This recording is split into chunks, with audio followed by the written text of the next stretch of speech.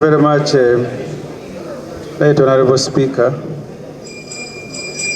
Right Honorable Speaker, as a way of a reaction to your communication, I wanted to draw your attention and the attention of Parliament to Article 107 of the Constitution. Among other things, this article says a president can be removed, among other things, physical capacity. I saw the African presidents in a bus attending the funeral of the Queen. Our president was not there. The other day even missed a family function to give away his daughter.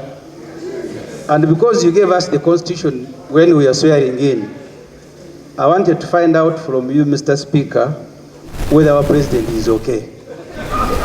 And I am raising this because this Parliament removed the age limit. When you have a president of advanced age, you may need to be checking in order to comply with Article 107 of the Constitution. Honorable Semuju has raised an issue. And for the first time, since when I've known Honorable Semuju, he's missing President Museveni. For the first time, he's missing President Museveni. So, but if you could have used, Honorable colleague, if you could have used the same screen, you would have seen the president in Bunyoro recently.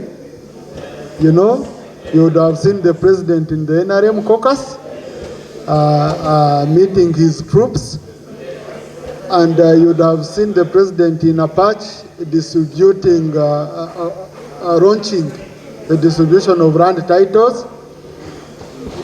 But I think what I'm going to do, Honorable colleagues, I'm going to make an appointment for Honorable Semuju Nganda with the president so that he can confirm himself.